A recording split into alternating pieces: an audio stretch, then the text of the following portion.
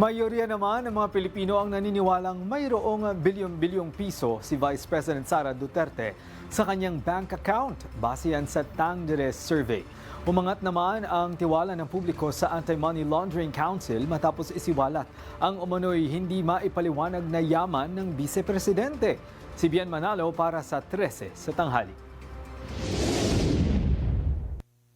Sa ginawang survey ng Tangere, lumalabas na mayorya ng mga Pilipino o 58% ay naniniwalang nagmamay-ari ng bilyon-bilyong pisong yaman si Vice President Sara Duterte.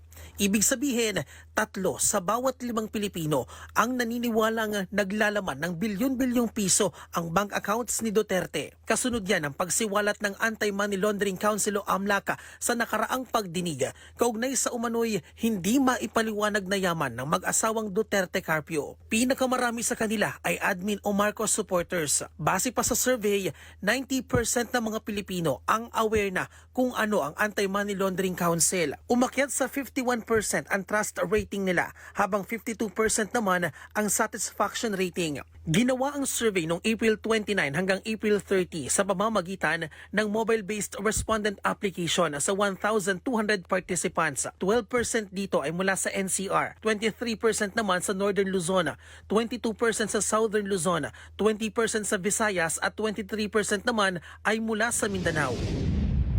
At sa pagtatanong ni Congressman Terry Ridon, nakita natin na ang datos ay malinaw. Kinumpirma ng AMLAC ang mahigit 630 covered transactions at 33 suspicious transactions na nagkakahalaga ng kabuuang 6.7 billion pesos. Siguro, magandang isipin kung gaano kalaki ang halagang ito. Mahigit 6 na bilyong piso. Kapag ang SALN ay nagsabing zero cash o cash deposit, pero ang AMLAC ay nagsabing 6.7 billion, hindi na ito simpleng discrepancy. Sa May 4, muling uusad ang impeachment hearing ng House Committee on Justice laban kay Vice President Sara Duterte. Inaasahang makagagawa na sila ng committee report para mapagbotohan na ito sa plenaryo ng Kamara at may akit na sa Senado na magsisilbi namang impeachment court. Para sa totoong balita sa Bagong Pilipinas, Bian Manalo, 13 tanghali ng Congress TV.